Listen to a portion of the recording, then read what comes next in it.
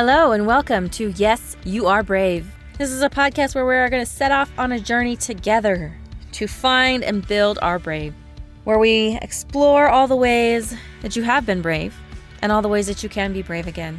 Because even though we may have forgotten or we may have fallen out of practice, we're all brave. And I'm on a mission to prove it and help you believe that yes, you are brave. Hello, and welcome to this week's episode of Yes, You Are Brave. I'm Pawnee, I'm your host. Let's jump right in and talk brave. So I've got a couple of episodes that I'm really excited about. What we're going to do this week is we are going to talk about brave lessons that I have learned from accidentally becoming a rescue dog mom. And I know some of you are thinking, if you haven't been listening or you don't know me very well, how do you accidentally rescue a dog? So let me give you that tiny backstory first, and then we'll jump into the lessons that I have learned from becoming a rescue dog mom. So I live currently with my sister and her family, and we moved into this house about 2 years ago. Actually, 2 years ago last week. And when we moved, my sister had this dog that she was 13 years old, and she had some problems. Like I said, she was old and she was a little bit fragile, I guess you could say. She had some back problems. And so they didn't want to get a puppy because the puppy that they wanted, the next dog that they wanted, was a big dog. And so they even though, they thought, oh yeah, a puppy might be good for a while, it would probably very quickly get too big to play with her and would hurt her and stuff like that. So they were going to kind of wait to get a dog until she had passed. They didn't think she'd be around much longer. But they got down here. My brother-in-law was looking on somewhere, I don't know, found this dog somebody was getting rid of because they felt like they couldn't handle her. She was 8 years old at the time. She was an 8-year-old chocolate lab. And they contacted the lady. They brought her down. They introduced the two dogs. They thought she would be a really good companion dog for the one that they had. And so they made arrangements to get her after we had moved into the house. So we moved into the house. The next week they went down. My brother-in-law went down to St. George, brought her back. And it happened to just be like a kind of a crazy day. There was a ton of things that happened. And this poor dog, she had been in a shelter twice at least, and she had not had the best life. It was very clear, very obvious. And so that day, like I said, there was a lot of crazy things going on.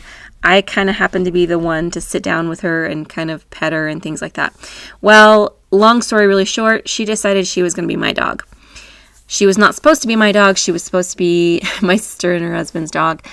But she decided she was going to be mine, and after a couple of weeks, I finally decided that was needed to be the case. So yes, I kind of accidentally became a dog mom to this rescue dog. And so I wanted to talk a little bit today. It's a little bit different of kind of an episode of lessons that I have learned from accidentally rescuing a dog. So the first one that I thought of was that being the calm in the storm can be all that somebody needs sometimes.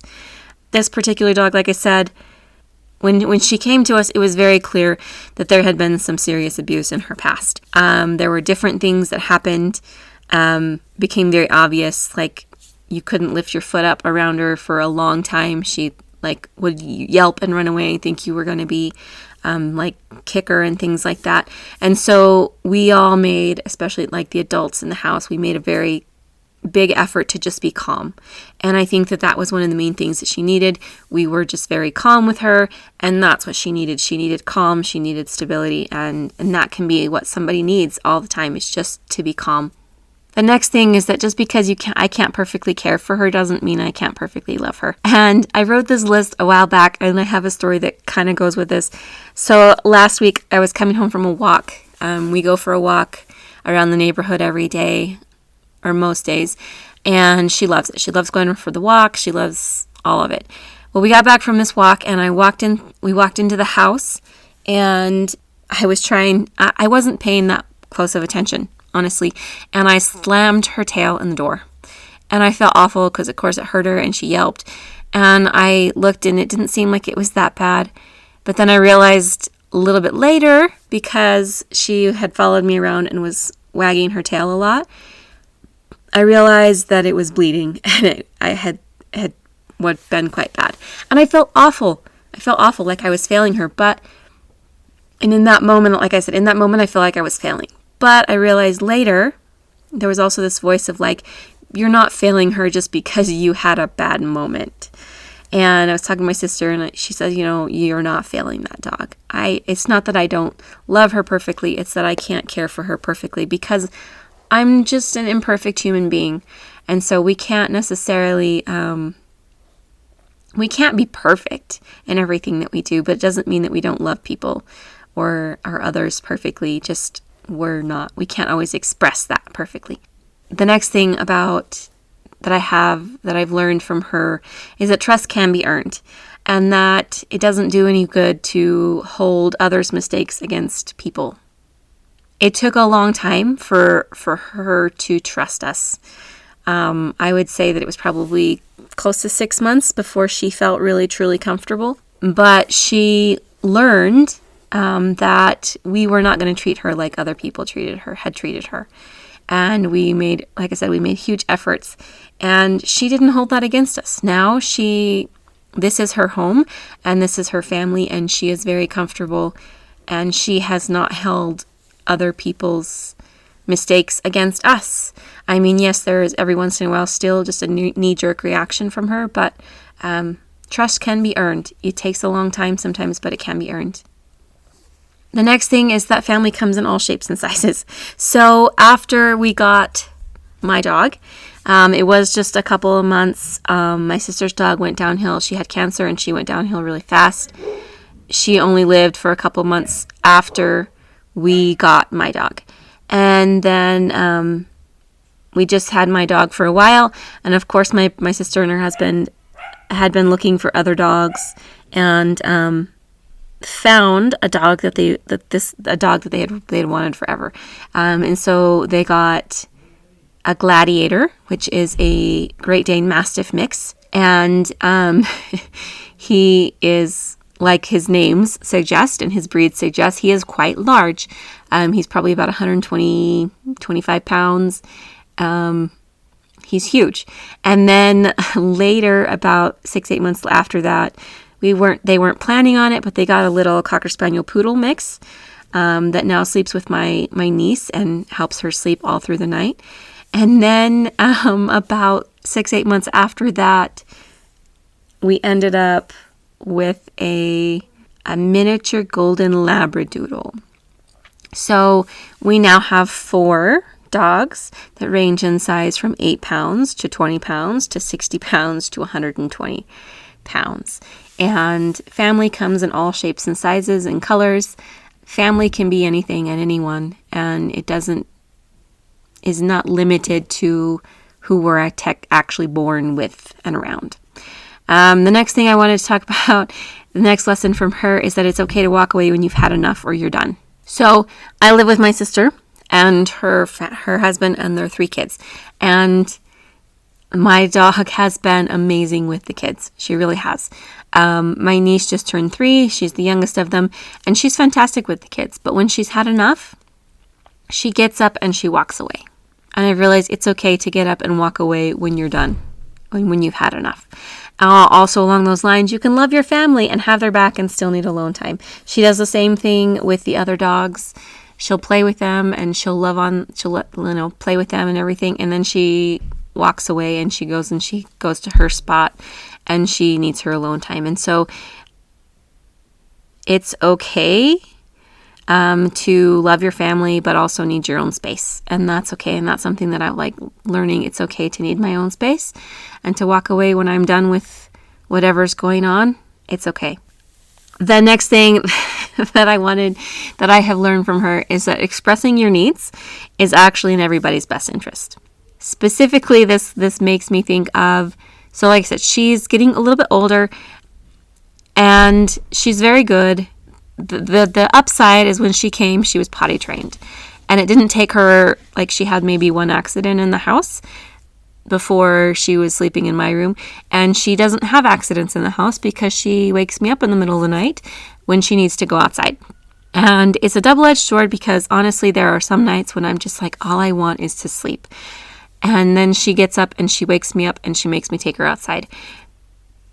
So you don't want to get up. But on the upside of that is the alternative is if she does not wake me up in the middle of the night, that she poops on the floor. Like, those are your options. You get up and you take her outside, or she poops on the floor.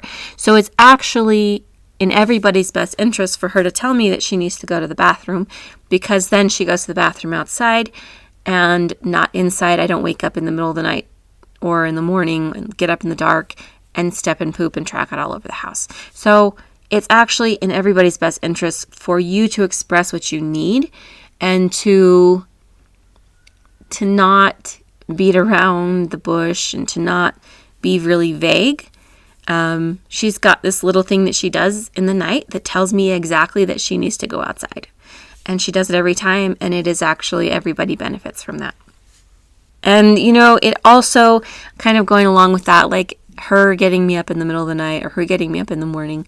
Often I get up way earlier than I would like to because she has to go to the bathroom. Getting up for somebody else can be so much easier than getting up for yourself. And I think that if we could learn to think of ourselves like we think of other people, think of ourselves as our best friend and get up for ourselves like we would for our best friend, then how amazing our lives could be if we could harness that, right? Because it's so much easier for me. I'll get up for her at 5:30 in the morning and let her out and all those things. If I have to pee at 5:30 in the morning, a lot of times I just roll over and go back to sleep until it's absolutely necessary that I get up.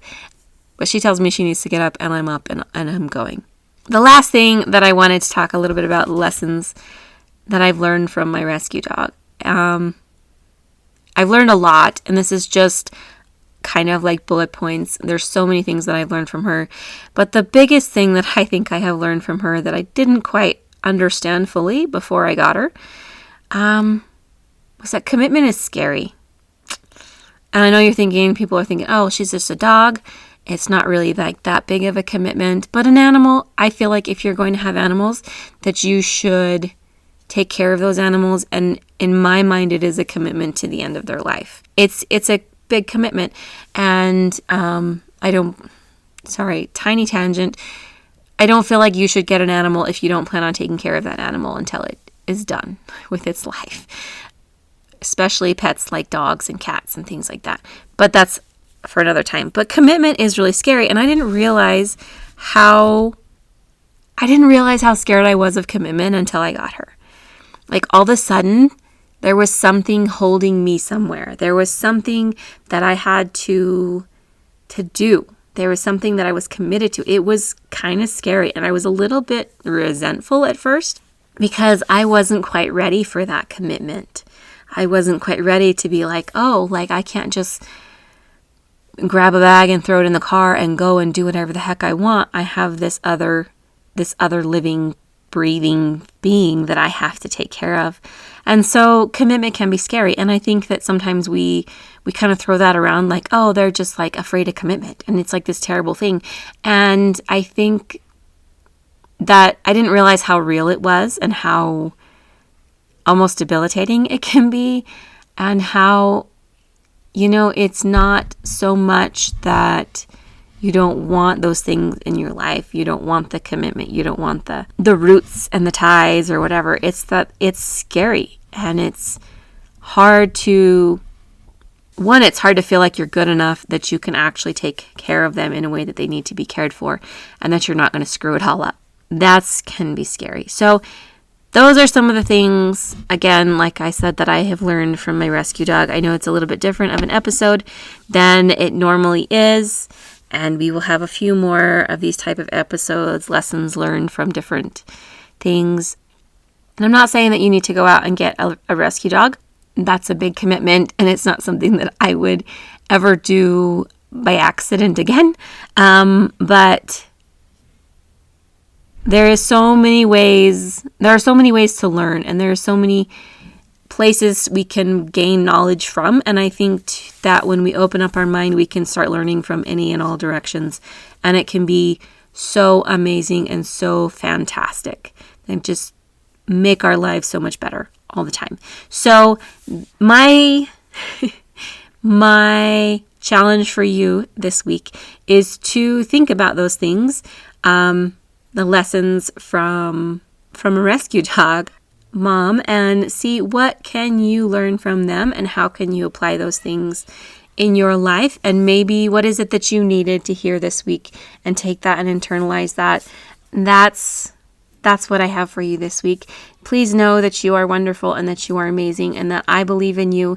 I believe that you can do anything and that you can take the lessons from wherever they come and wherever they're needed from, because sometimes lessons come into our lives in a certain way because that's the best way for us to receive them. There's lots of ways we could learn them, but that's usually the best way for us to receive them. And the universe or God or whatever it is to you is trying to give them to you in the way that they will be best received. So I hope you have a fantastical week. I hope that you remember how awesome you are and that you can be brave enough to learn lessons from wherever they come, even from an accidental rescue dog mom. Have a fantastic day. Thanks for listening, and if you enjoyed what you've heard today, please leave a review down below and share this with anyone that you feel like could use a little more brave in their life. And if you'd like to follow more of my journey to be brave, you can follow me on social media and the link down below. Have a fantastic day and don't forget to be brave.